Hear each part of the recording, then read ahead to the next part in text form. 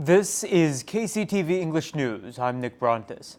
The Board of Audit and Inspection of Korea has ruled that local government officials do not need to pay compensation regarding problems related to the restoration of an outdoor saltwater pool at Gwakji Gwamul Beach. The problems came to light in 2016. In explaining its determination that the officials in charge committed no serious faults, the audit board concluded that the rules governing the types of facilities allowed in Level 1 landscape preservation districts are vague. It also pointed out that the Gwakji Development Committee selected the location for the pool. The Provincial Commission of Audit and Inspection came to a different conclusion in August 2016. It ruled that local officials had not followed proper administrative procedures when the pool was restored, so it ordered the local government to pay 448 million won in compensation. The local commission says it respects the differing conclusion of the National Board.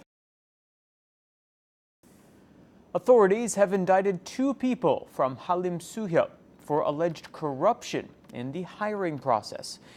The Jeju District Prosecutor's Office says that at the end of 2015, the 64-year-old boss at Halim Suhyep failed to inspect applications or put prospective employees through interviews when 12 workers were being hired. He allegedly simply asked current employees to draw up a list of new hires. Prosecutors say the other defendant, a 51-year-old human resources staff member, disregarded regulations and allowed 5 unqualified applicants to sit for interviews. Jeju City is looking for missing residents' tax revenue. It will inspect businesses with a gross area of over 330 square meters or that pay out more than 135 million won in average salary per month. The city is looking for cases in which the business sites or salary payments have changed in a way that the firms should be paying more in residence tax. Officials say any businesses they find that owe more will be required to make payments in January. Sogipo officials say they will be keeping a closer eye on area businesses that are deemed harmful to minors after the November 15th university entrance exam. Authorities will focus through the end of the year on about 800 bars and entertainment businesses to ensure they aren't allowing access or employing minors and that they aren't engaging in illegal alcohol sales. Violators will face business suspensions and criminal charges. The provincial government has designated hundreds of new alcohol-free zones. As part of efforts to minimize alcohol-related disturbances and disorder, the province has banned drinking at 846 locations.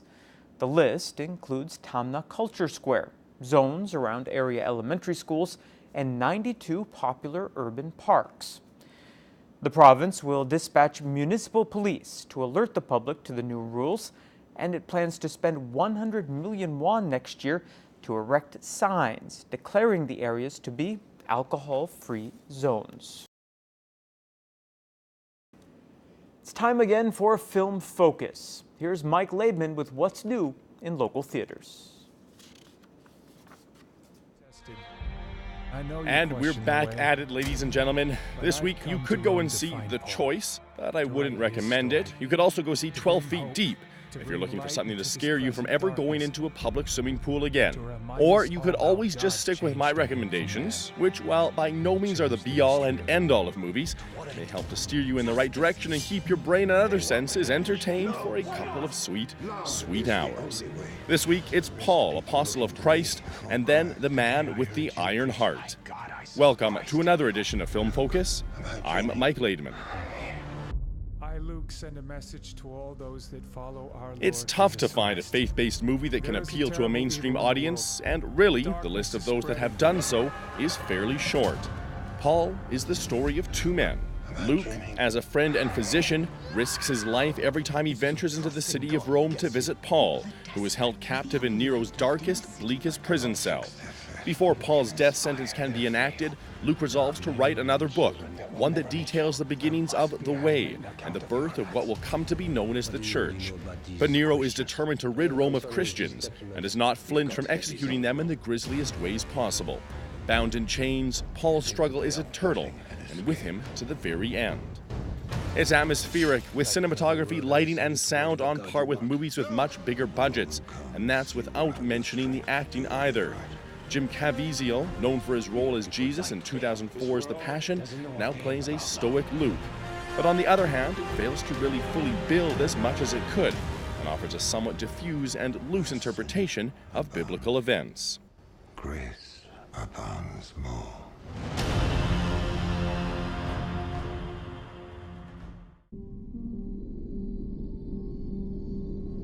Set in 1942, The Man with the Iron Heart is one of a couple other movies which focuses on what was known as Operation Anthropoid, a mission to assassinate Reinhard Heydrich, the mastermind behind the final solution.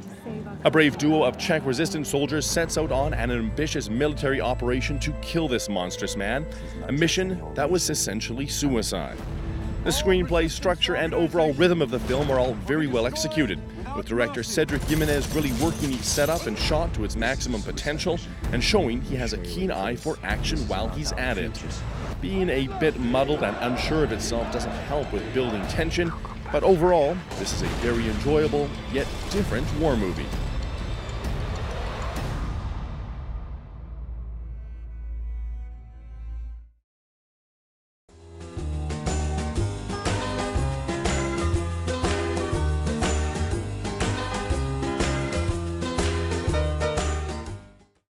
We'll have a mostly clear start to the weekend Saturday. For the details, here's your forecast. The morning low in Jeju City will be 12 and the afternoon high 19 degrees.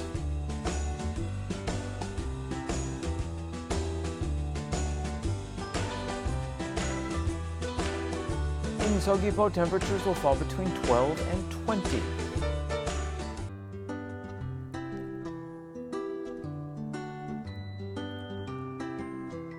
In Seongsan, the low before lunch will be 10 and the high later on 19 degrees.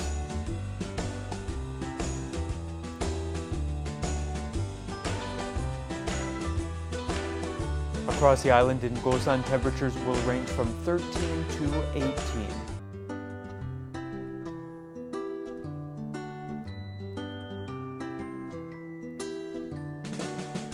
And the morning low up on the mountain at Songpanak will be 7, and the afternoon high 14 degrees.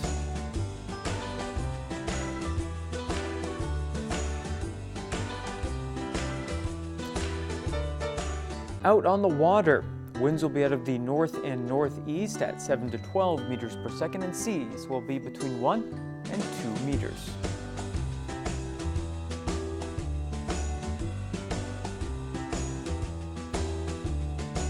And here's a look ahead into next week.